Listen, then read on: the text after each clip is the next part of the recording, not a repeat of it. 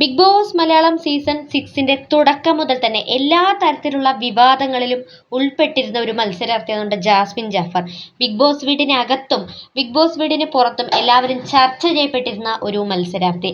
ആദ്യം തന്നെ നമ്മുടെ ഗബ്രിയുമായിട്ടുള്ള ഒരു കോംബോ, ജബ്രി എന്ന കോംബോ പ്രേക്ഷകർക്കിടയിലും മത്സരാർത്ഥികൾക്കിടയിലും വല്ലാത്തൊരു അലോസരം തന്നെ ഉണ്ടാക്കിയിരുന്നു. അതിനുശേഷം ഗബ്രി പോയതിനു ശേഷവും ജാസ്മിനെ ചൊല്ലി ഒരുപാട് വിവാദങ്ങൾ ഇപ്പോഴും കത്തിക്കയറി നിൽക്കുകയാണ്. അതിനിടയ്ക്ക് ഇന്നിപ്പോൾ ജാസ്മിന്റെ ഭാഗത്ത് നിന്നും വന്ന വലിയൊരു വീഴ്ച അല്ലെങ്കിൽ വലിയൊരു വിവാദത്തിന് തുടക്കമായി സമൂഹ മാധ്യമങ്ങൾ ഏറ്റെടുത്തിരിക്കുന്ന ഒരു വാർത്തയാണ്. അതായത് ഇന്നിപ്പോൾ നമ്മുടെ നന്ദനയുടെ വീട്ടിൽ നിന്ന് നന്ദനയുടെ അമ്മയും സഹോദരിയും ചേച്ചിയും എത്തിയിരിക്കുന്നു. അതിനുശേഷം നന്ദനയുടെ ചേച്ചിയും അമ്മയും അതുപോലെ തന്നെ ജാസ്മിനും അഭിഷേകും അവിടെ ഇരിക്കുകയാണ്. അപ്പോൾ അതിനു മുൻപ് തന്നെ ബിഗ് ബോസ് കൺഫെഷൻ റൂമിലേക്ക് നമ്മുടെ സിജോയെ വിളിക്കുന്നുണ്ട്. അതായത് മെഡിക്കൽ ചെക്കപ്പിന് വേണ്ടി സിജോയെ വിളിക്കുന്നു. സിജോ പോകുന്നു.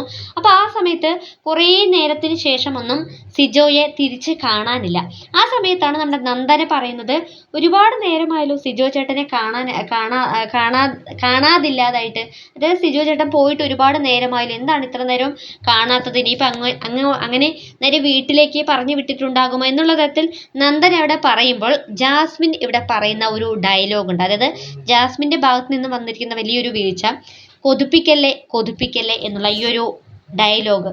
അതായത് സിജോ പുറത്തു പോയാൽ തനിക്കത് അത്രയധികം ആഹ്ലാദഭരിതമായ നിമിഷമാണ്, അല്ലെങ്കിൽ ആ ഒരു വാർത്ത എന്ന് പറയുന്നത് ജാസ്മിനെ സംബന്ധിച്ചിടത്തോളം അത്രയധികം വലിയൊരു കാര്യമാണ് എന്നുള്ള തരത്തിൽ കൊതിപ്പിക്കല്ലേ എന്ന് പറഞ്ഞുകൊണ്ട് നന്ദനയോട് പറയുകയാണ്. അപ്പോൾ അഭിഷേക് അതിന് മുൻപ് തന്നെ പറയുന്നുണ്ട്, ഒരുപക്ഷെ മെഡിക്കൽ ചെക്കപ്പിന് വേണ്ടി കൊണ്ടുപോയതായിരിക്കാം എന്ന് പറയുന്നുണ്ട്. അപ്പോഴും കൊതിപ്പിക്കല്ലേ എന്നാണ് ജാസ്മിൻ ഇവിടെ പറഞ്ഞുകൊണ്ടിരിക്കുന്നത്.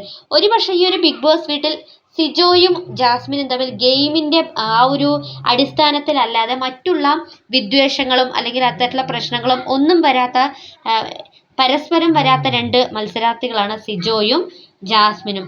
എന്നിട്ടും ഒരു വ്യക്തിയുടെ ഒരു ആരോഗ്യത്തെ അല്ലെങ്കിൽ ഹെൽത്തിൻ്റെ ഭാഗമായിട്ട് ഒരു വ്യക്തി പോകുന്ന സമയത്ത് ആ ഒരു വ്യക്തിയുടെ ആരോഗ്യത്തെ പോലും കളിയാക്കുന്നതല്ല, അല്ലെങ്കിൽ അതുവഴി ആ ഒരു വ്യക്തി പോയിട്ടുണ്ട് എന്നുണ്ടെങ്കിൽ അത് തനിക്ക് അത്രയധികം സന്തോഷമാണ് എന്നുള്ളത് പറയുന്നത് വളരെയധികം നീചമായ ഒരു പ്രവൃത്തിയാണ്. അല്ലെങ്കിൽ അത്തരത്തിൽ ചിന്തിക്കുന്നത് തന്നെ വളരെയധികം നീചമാണ് എന്നാണ് എനിക്ക് പറയാനുള്ളത്. പക്ഷേ സിജോ എന്നുള്ള വ്യക്തി ഈ ഒരു ബിഗ് ബോസ് വീട്ടിലേക്ക് കയറുമ്പോൾ തന്നെ അദ്ദേഹത്തിൻ്റെ ആരോഗ്യത്തിന് പ്രശ്നം പറ്റിയതല്ല, മറ്റൊരു വ്യക്തിയാൽ ഫിസിക്കൽ അസോൾട്ടിൻ്റെ പേരിലാണ് അദ്ദേഹത്തിന് ഇങ്ങനെ ഒരു ഇഷ്യൂ ഇപ്പോൾ ഫേസ് ചെയ്യേണ്ടി വന്നത്. അതുകൊണ്ട് തന്നെ അദ്ദേഹത്തിൻ്റെ ആ ഒരു ആരോഗ്യത്തിൽ അല്ലെങ്കിൽ അദ്ദേഹത്തിൻ്റെ ഈ ഒരു പ്രശ്നത്തിൽ തീർച്ചയായും അദ്ദേഹത്തിൻ്റെ കൂടെ നിൽക്കേണ്ട മത്സരാർത്ഥികൾ തന്നെ നമ്മൾ കണ്ടതാണ്. സിജോ പോയ സമയത്ത് ഒരു വ്യക്തി പോലും സിജോയ്ക്ക് എന്ത് സംഭവിച്ചു എന്ന് ചോദിച്ചില്ല. അങ്ങനെയൊക്കെ ചോദിക്കാതിരിക്കുന്ന വ്യക്തികളൊക്കെ എല്ലാവരും ഉണ്ട് എന്നുള്ളത് നമുക്കറിയാം. അതുകൊണ്ട് തന്നെ ഇപ്പോൾ ജാസ്മിൻ പറഞ്ഞതിൽ ഇത്ര വലിയ അതിശയോക്തി ഒന്നും ഇല്ല എന്നുള്ളത് ഒരു വാസ്തവം തന്നെയാണ്.